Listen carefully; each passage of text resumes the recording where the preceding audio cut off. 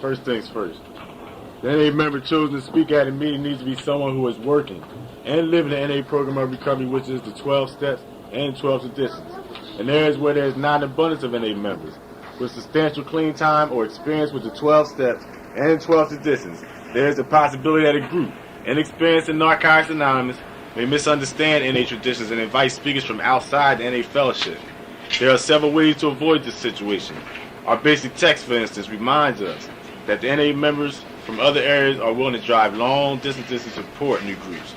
The speaker helps to fulfill the group's primary purpose, carrying a message of recovery to the addict who still suffers.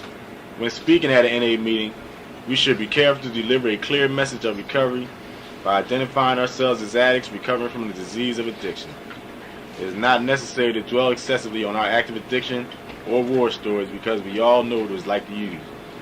We came to Narcotics Anonymous to stop using. We are here to share our experience, strength, and hope of recovery. And I'm an addict. My name is William. I'm William S. All right. Yeah. I need to say, right, I am extremely excited to be here today. You know, and I'm real grateful, and it's like I came in this atmosphere and everybody's celebrating today.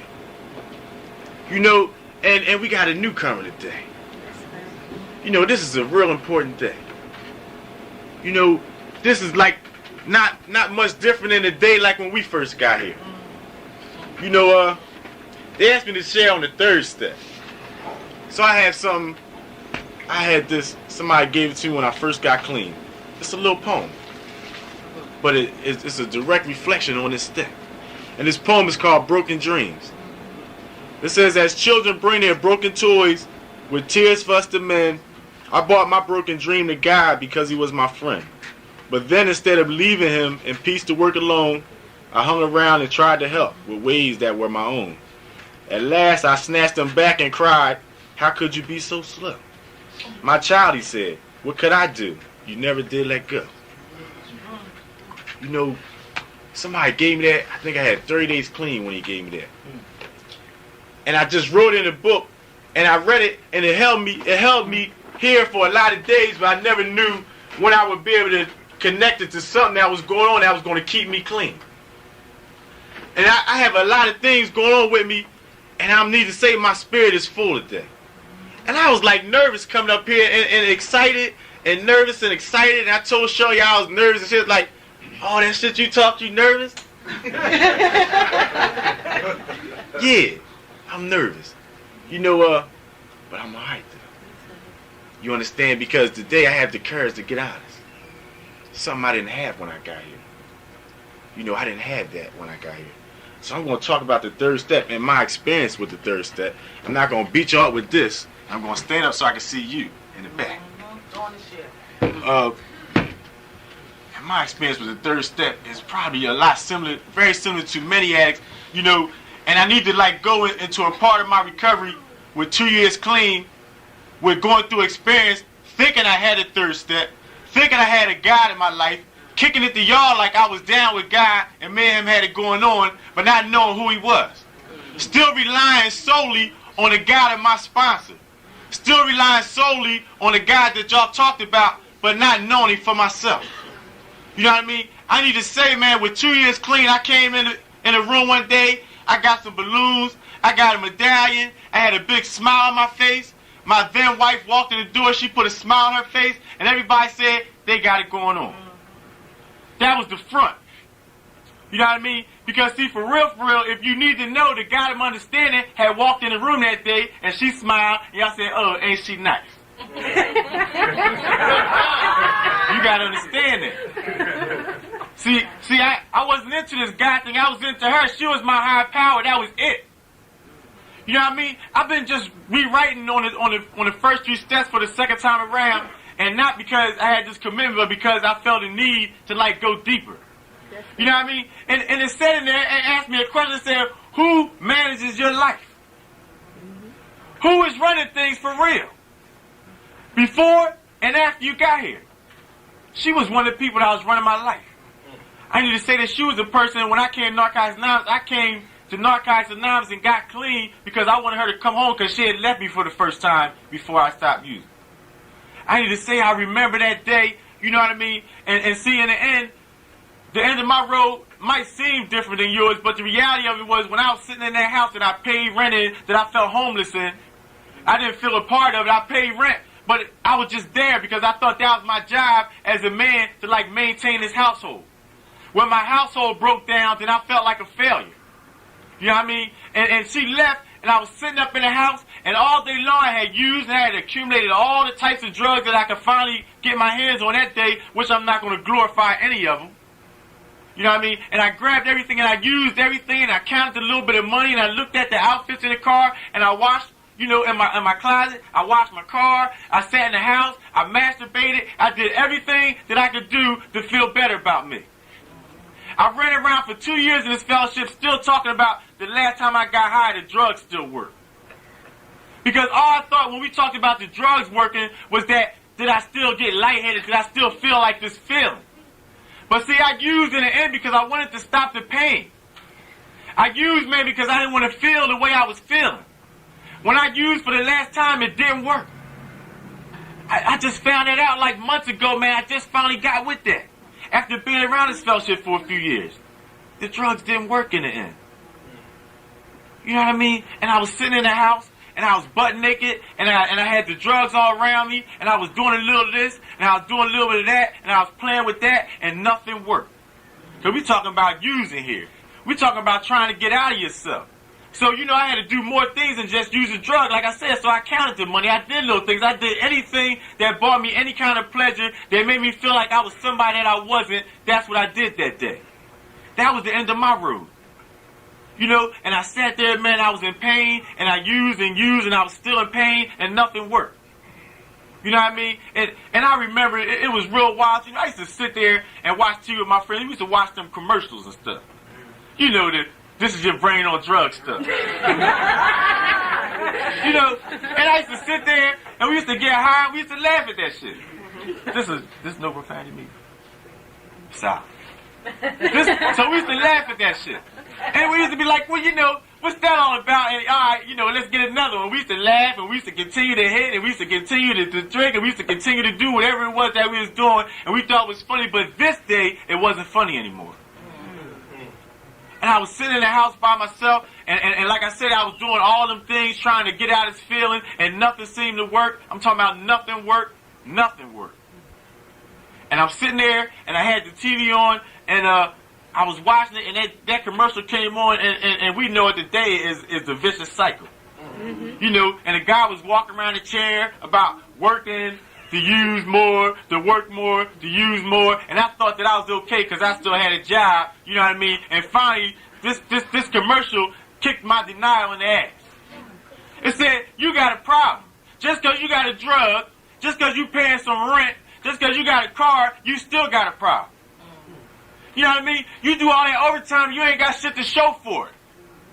You doing all this overtime, and you working, and you hanging out, you know, every 2 weeks thinking because you deserve to get high, because you just worked for 2 weeks, that you got it going on so much that your family just moved out.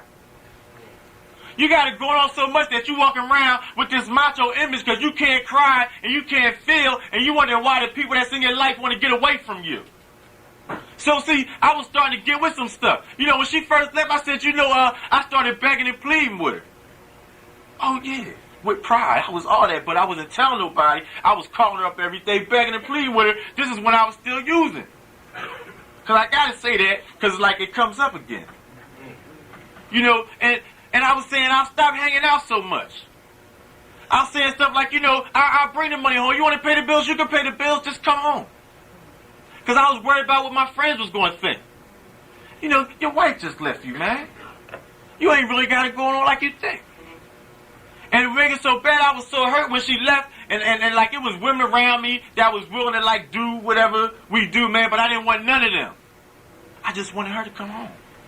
So finally, man, one day, you know, things that had been around me, you know, like when I was using, I might not have noticed that Coke sign sitting there.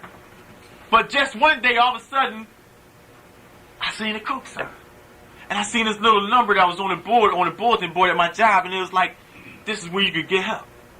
And I called them people, and they said we could come get you a week from now. I was like, man, y'all gotta get me today. We gotta do this today. That was on a Monday. It was the same year that we was burning everything down in Camden. You know what I mean? Back in 91. You know, and I called the number, and they said, well, you know, just like don't use until Saturday, and we'll send somebody to pick you up Saturday. I said, okay. Because, of course, I'm going to say okay. So I drank a whole lot. I bought a whole lot of 40s and stuff. And then that teased me, so I finally, you know, I don't believe in doing nothing half-assed. Look, don't tease me. Let's get high for real. So I drank the 40s, and then I said, that ain't going to work, and that ain't going to do it, so I started getting on with everything I could get on with. You know what I mean? And the week came, you know, and they sent a guy to get me, man. I don't know if they do that, but they sent a guy to pick me up. He picked me up at my front door. And right before I left, you know, my wife, she was like, okay, well, you going, you know, and you going to get help, and that's good. And I went away, and I got to this place, and I dialed the 976 pain number every day. And I called, and I said, baby, are you going to come home? When I get out, can I, like, come get you? Every day. I'm telling you, I called her every day. I'm talking about I look forward to the day when they was going to give me a pass where they could come see me. And then when she came, everybody said, damn, you know, she looked good because she was, like, fly like that. And I was like, yeah, and I felt like somebody because I had this good-looking wife. Because I'm telling you, all I was who was beside me. So that's all I had. I didn't have nothing else. So when she showed up, I was somebody at that place. I was all right with it. So for 2 weeks, man, I didn't think about doing nothing. I cried for the first time in a couple years in that place.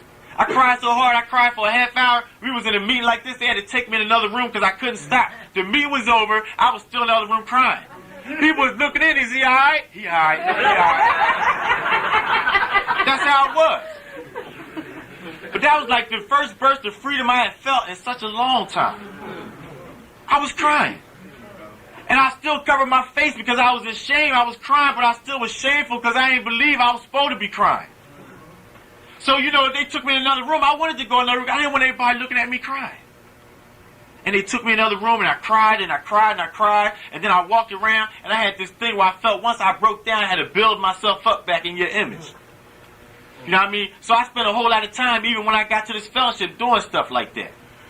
Breaking down, then feel like I need to build myself back up to this image that I thought I had, the way that I thought you was looking at me. You know, and that's what I did. You know, and then so I made it through, man, and like I said, so time came, and what I did, man, and I share this always, man, is that when nothing was going on, I was on a pink cloud for 2 years. You understand? Nothing was really going on. Oh, I lost a job, but I didn't care about that. You know, because my main focus was still beside me. She still held my hand. She still, like, came up when people came around. She stepped close to me, even though things was going wrong. We still had an image.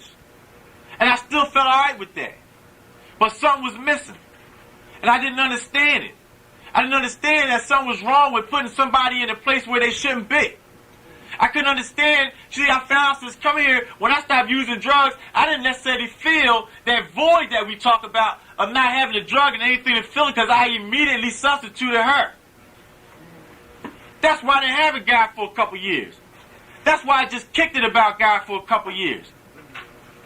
So 2 years clean, and I got the anniversary, and then after that, I got back in the reserves, and we went overseas for a couple weeks, and our anniversary was on November 19th, and I called her and said, congratulations. I just went out and spent all this money on her and stuff, you know, from stuff overseas, and she said, well, I hate to see you get all excited, but I'm leaving. I already rented the U-Haul truck. You know what I mean? And I dropped the phone. And I felt like I felt before I went in that place for the first time and got clean. Because I believe when I came to Narcotics Anonymous that once the drugs was going, that was going to solve everything. We both had that thought. We thought when we stopped using, you know, once you stop getting high, we're going to be all right, baby. It didn't work like that. You know what I mean? So I cried, and I was thousands of miles away from any addicts, recovering addicts that I could think of, and the only advice people could give me was, fuck her. Go get you another girl when you go home. You don't need her. You got it going on now. Just the kind of stuff they was telling me over there. they was giving me that deadly advice that we could like do in here too. That's right. Come on. You know, so that they was telling me stuff like that. And I picked one person out, and we went into this little laundry room and closed the door, and I cried like a baby. And she was like, it's all right, you know, I went through that too, mom left, but you know, don't worry about it, shit ain't mean nothing. And the reality of it was, it wasn't as important what she was saying as the fact that I had somebody that I could cry to. So I just used her for all that I could get out of her. I cried there, and I knew it wasn't going to leave there. You know, the advice I left, I learned that as a newcomer. Yeah, that's good. That's right. I learned that as a newcomer. So I cried, man, and for a week over there overseas, 1,000 miles, too far away to put my shit in it. Too far away to, like, make her not take stuff. Too far away to, like, snatch her up by the collar. Too far away and, like, get my tools out of my trunk and, like, get anybody that tries to help her. Too far away to, like, get caught up in insanity and be getting this message through H&I. Too far away to put my stuff in it. I'm grateful for that today. Because if I was anywhere near, if I'd have been in jail, I'd have been like just a few hundred miles away, I would have did something. You talking about like, you know, you want to say, well, how God let this happen? Thank God he did. So like I came home, and I'm talking about the insanity. I'm talking about I'm still caught up in the second step, kicking it like I got a third step. I come home, I walk in the house, and the house was completely empty. I had 2 Rottweilers that shit all over the house. There was nothing left in the house but a freezer that my grandmother gave us as a gift. You know what I mean? There was no bed. There was no living room set. There were none of the beautiful pictures that we had up. There was none of the pretty clock. The refrigerator was gone. The washing machine was gone. Everything was gone. And what do? I'm going to tell you, I came in, I looked around, I put the dogs outside, I went and picked her up from work, and we went and got a room. So we could, like, do something. Because I miss my baby. You know what I mean? I deal with the house thing tomorrow. That's not important. And we got a room in a bed bigger than we ever had. And we argued for a little bit. And then, you know, I talked her into staying there because I didn't lose all the manipulation. And without a third step, believe me, you are still manipulating motherfucker. So we stayed at this hotel. Plush hotel. Because I was going to spend money. I wanted to do the end of the dub, but, you know, I said, that'd be crazy, so we'll just get a real expensive room that don't have a jacuzzi. You know. And we laid in the bed, and she wanted to go home, and I talked her into staying, and she went to sleep, and she knew that she wanted to sleep, you know, years of practice. We had been married for a while. I could still get some when she fell asleep. So I still got some. Oh, and I was happy about that. And I thought, you know, that sex was the answer because I'm a guy that came around here thinking that my sex was going to be the barometer, the gauge, whatever that decided, you know what I mean, whether you like me or not. You know what I mean? I felt so less about me that I thought that if I could sex you real, real good, and you said, thank you, that was good, you like me, then I could come back. So that was acceptance for me. So I felt good about that. I'm talking about I didn't just lose this when I came in the door. My disease is not waiting outside. And believe me, it's not waiting out there now. It's in here. It's in here. You know what I mean? I'm not confused with that. You know, so like we went through it, man, and the first time Alex reached out to me, I went in the room, and I learned as a newcomer to come to the room and share exactly where you're at. So I went in the room and I shared exactly what happened. And when I left that meeting, the whole crowd of addicts left with me. They went to my house and they scrubbed and cleaned my rugs and they helped me get everything together. When they left, and I said, well, Dad, what can I do? I had a couple of hours. Y'all want pizza? Y'all want to do this? They said, we don't want nothing. You know what I mean? That's like unconditional love. So they helped me. You know what I mean? And like it was okay, man, but the reality of it is I wanted to take all of them and just like make them spend the night with me. Because I didn't want to be there by myself. But like I thought she was still coming home, so I held on to this 3-bedroom house thinking that, you know, I'm going to hold this house because she's going to come home one day. Watch. Y'all watch. You know what I mean? And I started reaching out to addicts, and certain addicts said, you know, what you need to do is you need to detox from this relationship. They said you need to detox, you need to leave her alone, and when you talk to her on the phone, it's like talking to your disease. And if you sleep with her, you relapse.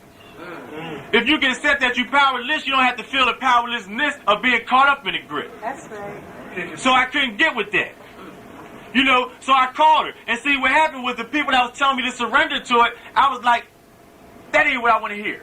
And then I had the addicts on this side, and I'm not talking about newcomers, I'm talking about addicts with clean time, experience. Man, we're talking about if it's yours, fight for it. That's what I had. So I had addicts on the side talking about fight for it if it's mine, man, like they had forgot about the first step. You know, talking about having to being in the second step, talking about having the third step. They talking about a first step. They can't surrender, take it as yours, fight for it. You know, insane don't even come in till you get a first step. So you know, I fought and I held on and I experienced a lot of pain. And one day, you know, and the reason why I had to go there, man, one day I had went away and I had found this plaque and it was a marriage prayer. And it was a third step prayer. And it was basically saying, you know, God, I'm going to turn my marriage over to you to, like, do whatever it is that you will want to do with it. And I remember I sincerely prayed that prayer one day. I said, God, do whatever you got to do to this marriage to fix it. That's how I felt. But I didn't say that when I prayed. I prayed out of my heart. I said, God, please do what you got to do with this. You know what I mean? And I turned it over. It's kind of like when we say, take my will, my life, guide my recovery, show me how to live. I had to pay that price one day. So I turned it over and I gave her the plaque, you know what I mean? I smiled and I gave her the plaque and that was cute. She slept with me. She went back. I was in a grip. You know, and like some things happened. You know, like one day, man, you know, this church we got married in, I was like coming to meetings and I was suffering. You know what I mean? Because I wasn't really letting it go. I was kind of like watching over him, like the poem says, wondering like, when you going to fix this thing? It's been 2 months now. It's been 3 months now. She ain't home yet. We're sleeping with each other less. What's going on, guy? You know, and I would come in the meeting, I would cry about it, and I would get the relief from crying, and y'all would say, you know, leave her alone, man. Don't call her, William. And then I would say, I ain't going to call her. I'm all right with that shit. And then I go home and I call her. Every day. If I had 10 messages on my machine from 10 recovering addicts, and it wasn't one of them from her, I was pissed off that day. I didn't want to hear from y'all. I wanted all the love that all you guys could give me all together. I wanted it from one person. I wanted it from my higher power who moved out. I wanted it from her. I didn't want it from you. Y'all said stop calling. I said y'all tripping. I started looking at the differences. Have you been married? I don't care if you've been in a relationship for 20 years. Are you married to her? I started looking at the differences because I didn't want to hear the truth. They said suffering is optional. So like I chose to suffer. I'm going to tell you, man, and then I started getting busy. And I was in a lot of pain. And one day, you know, I was making meetings and I was crying. Somebody said, why don't you go to church? You know, you try everything. You make meetings every day. You call addicts. You reaching out. You share where you're at. Go to church. Maybe that'll help. I said, all right, because I was desperate. So I go to the church we got married in, and I walk in the door, and I see her in there with her new boyfriend. You know, I had a problem with that. You know, I kind of like went off that day. You know, I kind of like had no respect for the place I was in. And I walked in and I walked up to her and she said, oh, hi, you know, this is William and this is, and I looked at him, he reached his hand and I looked at him like I could have ate him up. And I was hurt and I was in pain. And so happened in this church, it was recovering addicts in that church that day. You know, and I wanted to like act out. And all I could think of, man, was stuff like, man, you know, we're an attraction. All I could think of was I seen a newcomer that was sitting up there, you know, sitting in church, and I kept looking at him and saying, man, like if I do what I want to do, what kind of attraction am I going to be? I'm talking about stuff that you don't think about, you're going to think when something goes down. So I told you I was making meetings every day. I was calling people every day, and what I did is I developed a habit of doing these type of things. They say when you develop a habit of doing things, when you are attacked by the disease, by some sort of excruciating pain, that if you got to think about what you need to do, you won't do it. So I had did some things. And I didn't want to get high, but I wanted to give up. I like couldn't take it no more. You know what I mean? And I was driving home, and that was like real good because I wanted to drive through the front doors of that place. I said, I'm going to drive through the front door. I'm going to take my bat out because I don't want to cut him. I don't want to shoot him. I just want to beat him up with this bat. And when I start, and after I finish with him, I'm going to beat her up and anybody that try to stop me. And they're going to take me out of here on a stretcher or in handcuffs or both. I'm talking about insanity and rage all at the same time. I'm talking about your heart being broke and being in pain and wanting to cry and wanting to kill somebody all at the same time. I'm talking about it hit me with 2 years clean when I thought it was going to be all right. I'm talking about the pink cloud was definitely busted by then. You know, and like I didn't do it. And I left. And I was on my way home, and like I had been clean for a couple years, so I had money in my pocket. And I said, man, you know, you could get something. Nobody got a key to that house. You could like get high and just get high for days. Just go lock yourself in the house. And don't come out. Unless you're going to get more or they carry you out. Because I see it all. I saw it all the way through. And ended up at my friend Karen B house instead. You know what I mean? I knocked on the door and I still had the good friend. She was like, what's the man? What's up? I'm getting ready for my home group. And I was like, yeah, all right. And it was a Sunday. This is a real special day for me. You know, and it was a Sunday. And I was in pain. You know, and then finally she said something. I just started crying. You know what I mean? And she like took me to the meeting. You know, I was driving, but she took me to the meeting. You know, and we got to the meeting and I seen my friend David G there. And I looked at him and he was like, what's the matter, baby boy? And I got in his arms and I cried just like the day when I cried that day and they had to take me in another room. But I'm not ashamed today. So I went on and cried. You know, I'm talking about I turned this marriage over, man, but he wasn't doing what I wanted him to do with it. He didn't fix it. You know, and I cried and I went in the meeting and I couldn't hear anything. You know, and then when they finished, I started sharing, man, and I cried all the way through it, man, and other addicts cried with me. I never knew, man, that like when I got real, man, and came from the heart, that addicts could feel what I was feeling. That's right. You know, and I need to tell you the insanity of it was even after that, I still called. Even after that, I still called. I still thought it was hope. I thought I had finally got a grip on unconditional love. I said, I love her anyway.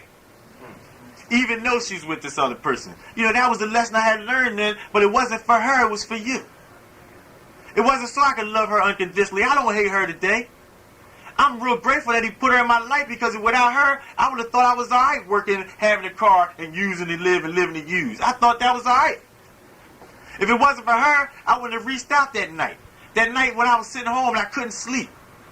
That night when my mind kept racing and I like didn't know how to eat on time. I stopped washing my clothes. You know what I mean? I stopped showing up for work and school and stuff. I stopped doing things. And one day, man, something had clicked that y'all said in the meeting over and over. Y'all said, you know, you need to like call out on this God that you claim you know.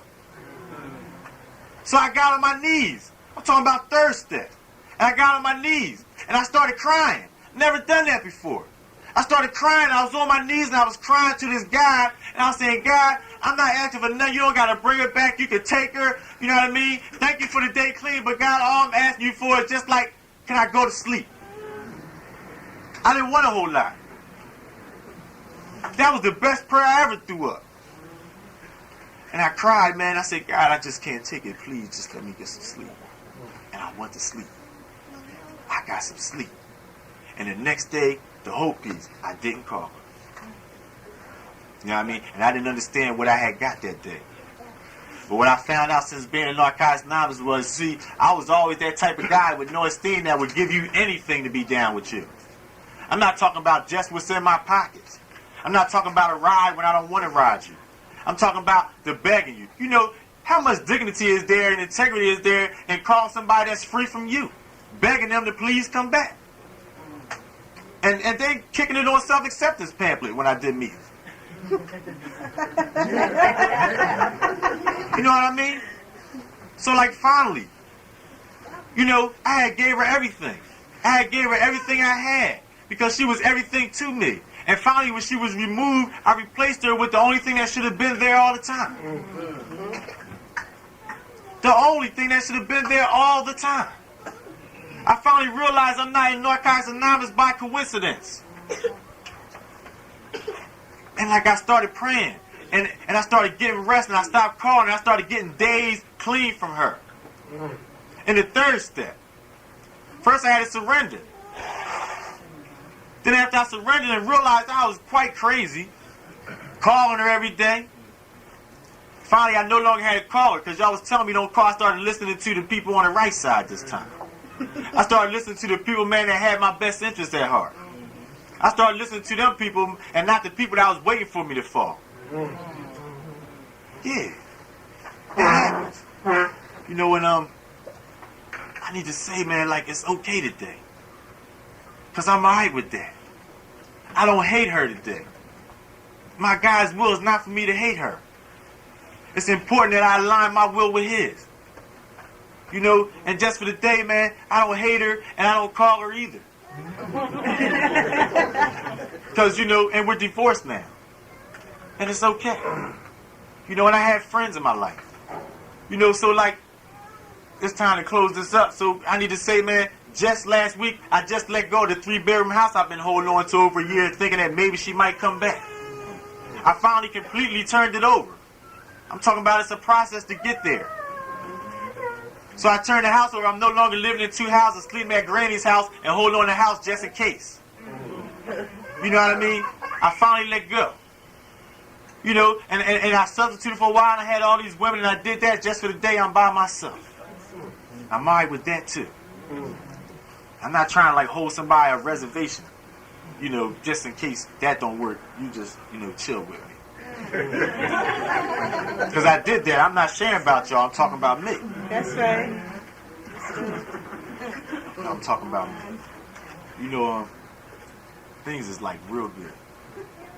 You know what I mean? I found out, man, that today, man, I know what faith means. I found today that, man, I couldn't get with faith until I got with hope. I found today I couldn't get with hope until I got with honesty. You know what I mean? That's the first 3 steps. Without them, I have nothing. I'm just clean and crazy like you talked about. I can't live like that. I can't live like that. I started finally addressing the guy before the first drug and after the last one. It's not important what I did in between the two. That was insanity enough. But what about the joker that still don't know how to live without a drug? I've been confronted with that guy. Without a drug, who can I blame? What can I put the blame on today? Nobody. My inability. You know, I'm like real grateful to be here. I'm filled up. I can never do it in 15, 20 minutes or whatever y'all gave. I gave y'all the best I got. You know, I need to say this, and I say this all the time, and I say this because I came here completely self-centered, and this is the only way I can get out the way. You know what I mean? And it was given to me, and I give it to you. It says real simply, it says, if you meet me and you forget me, you've lost nothing. But if you meet the God of your understanding and you forget him, you've lost everything. Thanks for letting me share.